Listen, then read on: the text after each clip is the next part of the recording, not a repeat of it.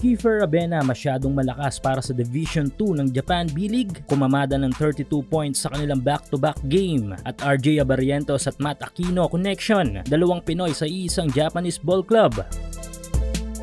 Kahapon ay naganap na ang Game 2 ng ilan nating mga kababayan sa B-League ng Japan. Naging maalat man ang individual performance ng ating Gilas do-it-all guard na si Dwight Ramos, ay nakuha naman nila ang panalo kontra sa team ng Akita sa final score na 79-70. Panalo din ang nakuha ng team ni Ray Parks kontra dito sa team ng Itachi. Pero ang maganda lang dito compare kay Dwight ay naging maganda rin ang performance pagdating sa opensa ni Parks, scoring 10 points.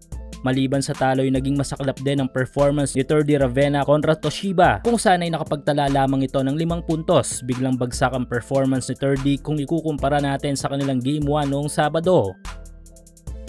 Talo pero may magandang performance ang kababayan natin na si Matthew Wright kontra sa team ng Yokohama. Nakapagtala kasi si Wright ng double-double figure sa game na ito, scoring 19 points at 10 rebounds.